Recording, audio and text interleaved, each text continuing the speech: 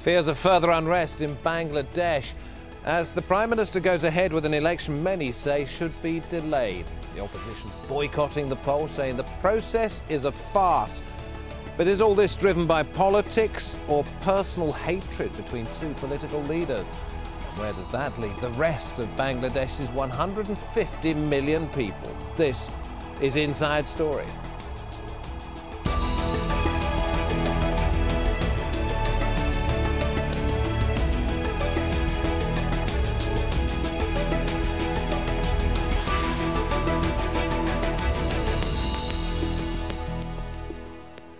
Hello, welcome to the programme with me, David Foster. Bangladesh heads to the polls on Sunday. Opposition parties are boycotting the vote after Prime Minister Sheikh Hasina refused to make way for a neutral caretaker government, which could have overseen the elections. Questions are now being asked about the credibility of Sunday's poll without opposition participation. The ruling Awami League's guaranteed to win more than half of the 300 seats available. Supporters of the opposition have fought with security forces in Dhaka, and they continue to take to the streets defying a police ban. The leader of the main opposition party has even called for a march to protest against what she calls a farcical election. But the Prime Minister Sheikh Hasina has said this: "We've tried our best to bring the BNP into the elections. She, Khaleda, spurned my offer for dialogue and instead chose the path of confrontation. She's held the people to hostage in the name of strikes and blockades." Well, the two women and their deep political rivalry have cast a long shadow over Bangladeshi politics. Prime Minister Hasina and her rival, the former Prime Minister Khaleda, are both battling to be the next leader. Well, they head up the two most powerful parties, Hasina the Awami League and Zia the Bangladesh Nationalist Party. They were not always political enemies.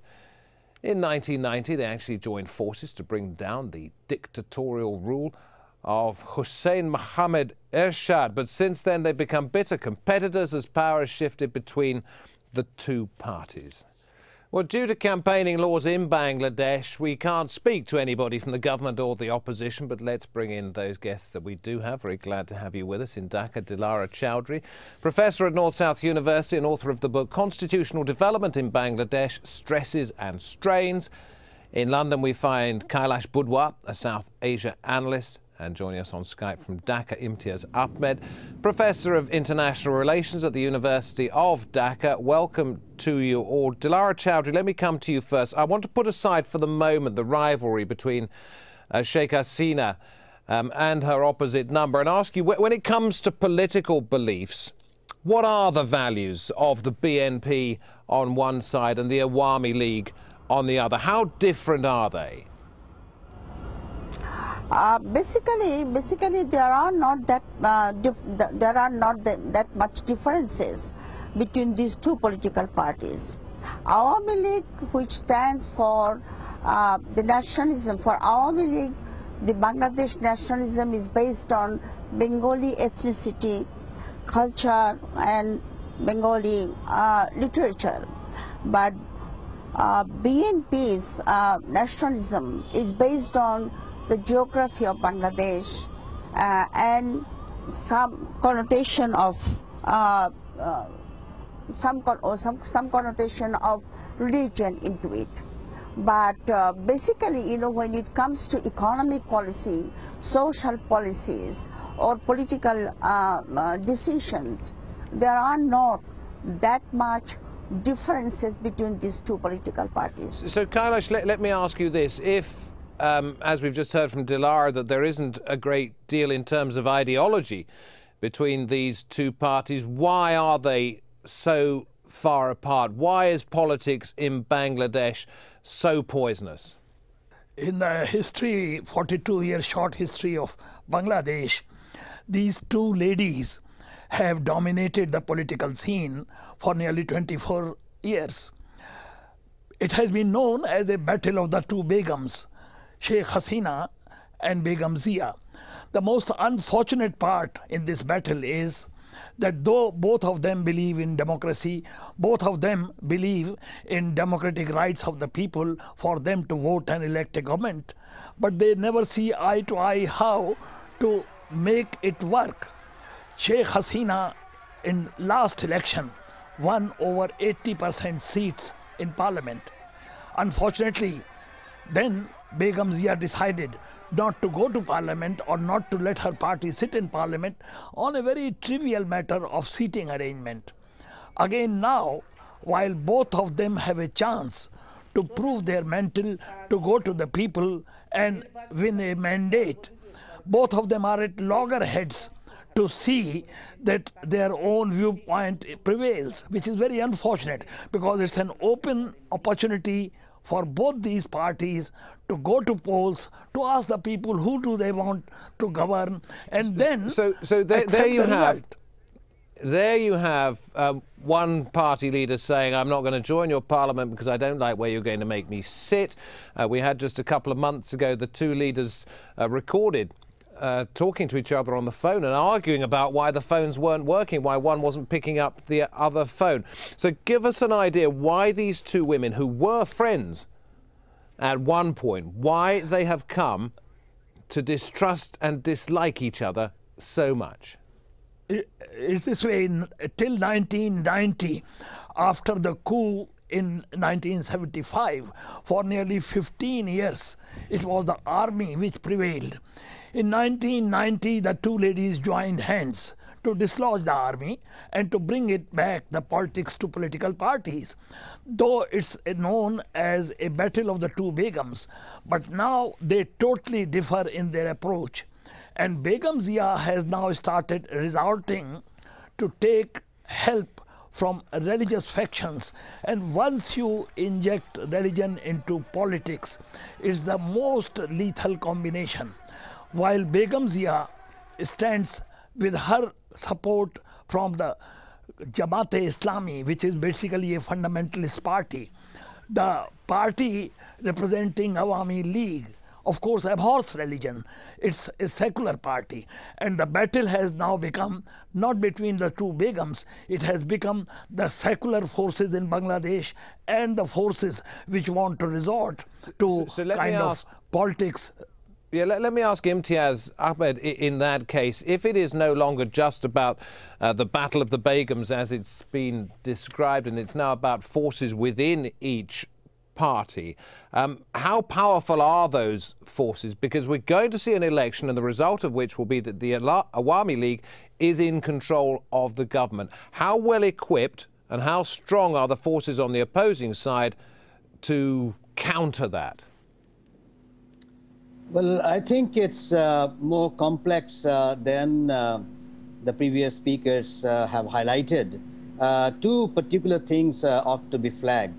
One is the political business nexus, which is very important. So whichever party is in power actually has 200% in its pocket, and that's very important. And it's not only political business nexus, it's also political business bureaucracy nexus. So you are having the pie almost 200%, and if you are not in power, you are minus 200% almost.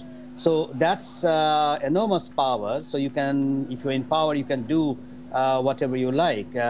Make money if you want to, promote anyone you want to.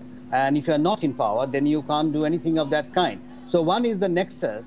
And the second one, which is also very complicated, is the issue of familiocracy. There are two families involved.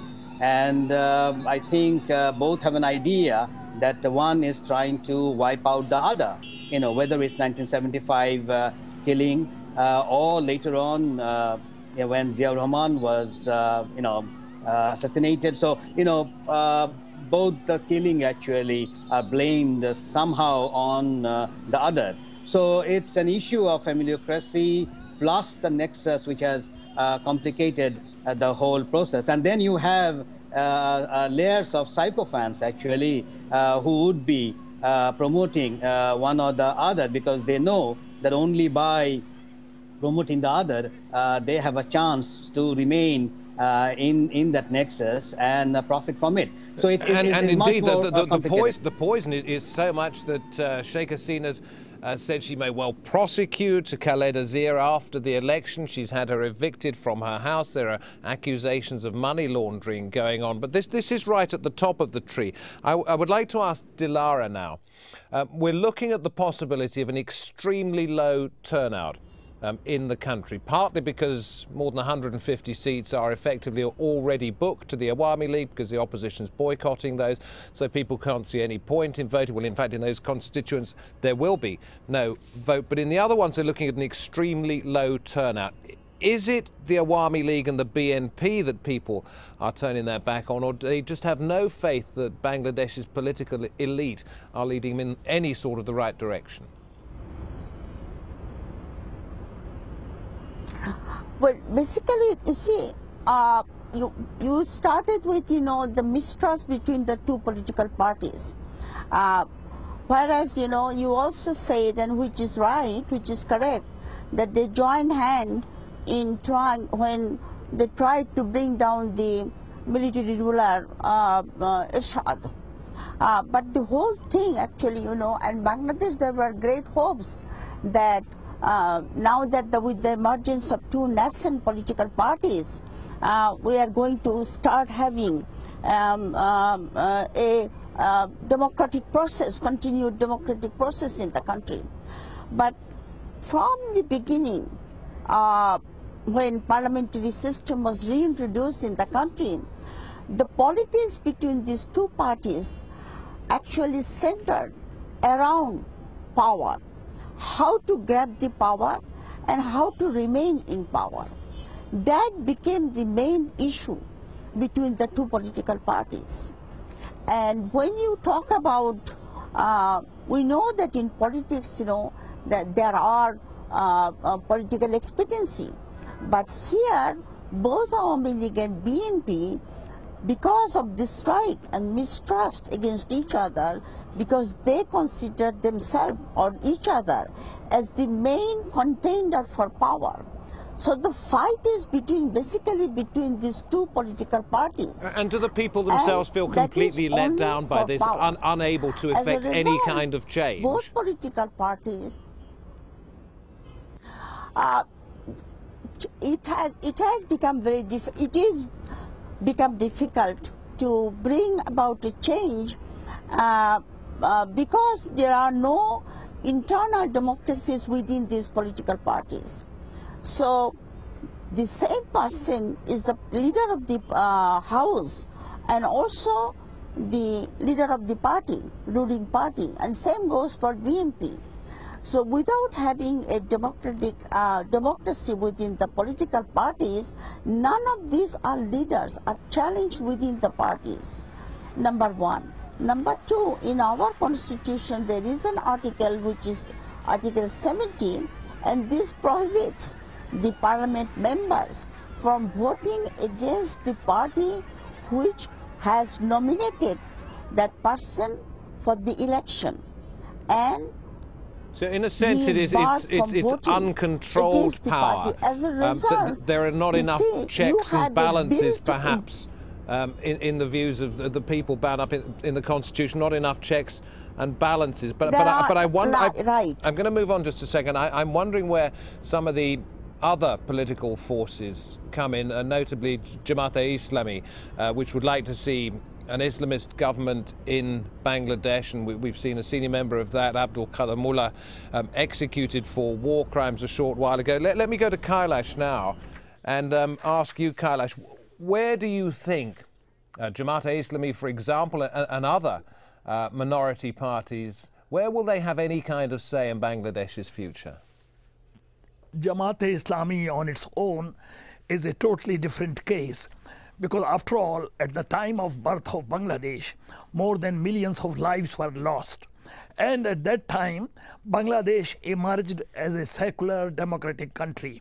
Now, Jamaat-e-Islami is trying to inject religion back into rural areas where there are lots of people who are illiterate. And it's trying to play up the religious sentiment. It's trying to attack religious feelings of people, which is very, very unfortunate in a modern society. In a country like Bangladesh, which has the potential to become a very affluent and rich country. Well, there have been instances like the textile factory disaster where more than 1,100 lives are lost. Next door in Burma, there are Rohingya Bangladeshis who are on their own and nobody can help them. And therefore, instead of fighting for power like the Jamaat-e-Islami wants to come in, and mind you, Jamaat-e-Islami has never won any election anywhere, not even in Pakistan. Therefore, Jamaat-e-Islami resorts to violence. Jamaat-e-Islami resorts to chaos, which of course stops the democratic process. What people in Bangladesh have to realize, between these two political parties, there should be an open ground. Here is an opportunity for them to fight out election, to prove their mettle, to go to people and ask for a mandate. And whosoever wins has, of course, the power to run the country. And that is how it should be done. Luckily, Bangladesh is a democratic country. Luckily, there is an opportunity to ask the people to give their mandate, and there is no reason why these two political parties shouldn't go to the polls, fight it out, and see who wins. Let me ask Imtiaz Ahmed here, broadening it out just a little bit here, from internal Bangladeshi politics to the way that the international community views what goes on in this country. India, for example, who would it most like to see running Bangladesh? Where are its interests best looked after? Well, at this moment, I think even Delhi is quite confused.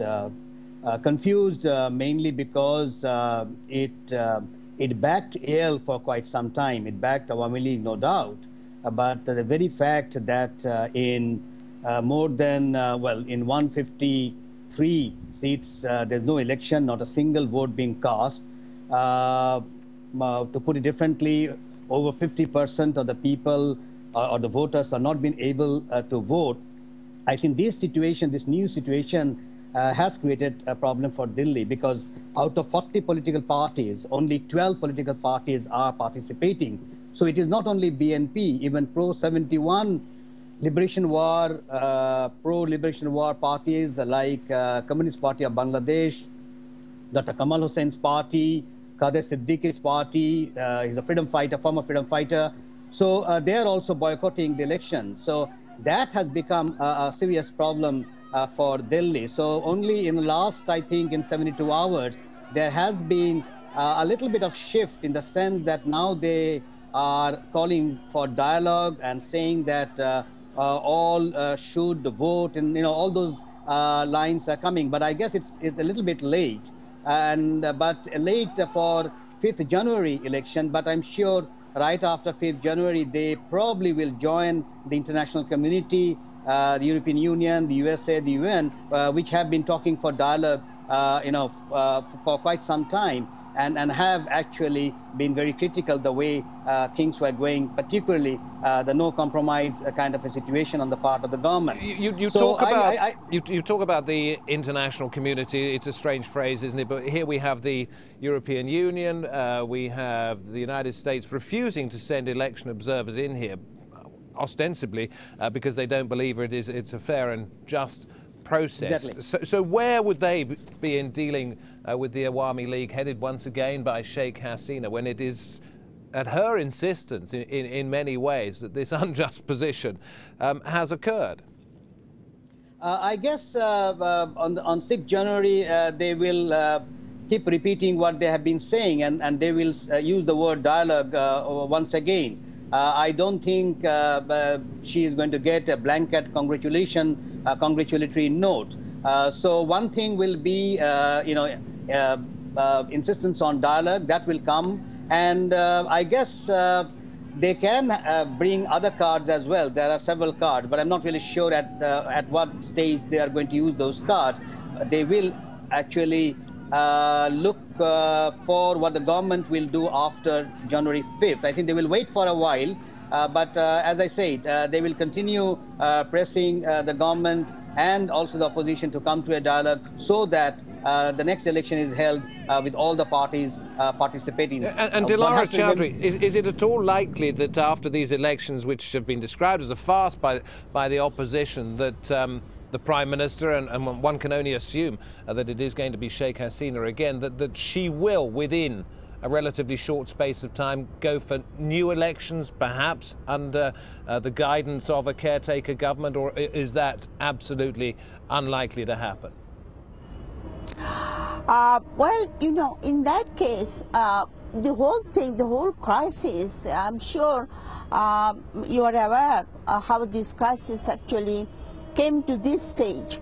It started about, 2 years ago when the caretaker system was abolished through a constitutional amendment by the ruling party, and without the consultation with the opposition and without the consultation of the people. It was done more or less single-handedly, the Honorable Prime Minister herself. And that was the beginning of the crisis. And in the meantime, what has happened in Bangladesh, I mean, this is not a new phenomena. It also happened in the past. The ruling party actually engineered the whole electoral process. And as a result, what is happening on the 5th of January is a selection of our representatives in the name of election. 57% of the population of Bangladesh have been already defranchised. We have 57% have not been able to exercise their right to vote. And the rest of the population, among the rest of the population, my observation is that the turnout is going to be very low.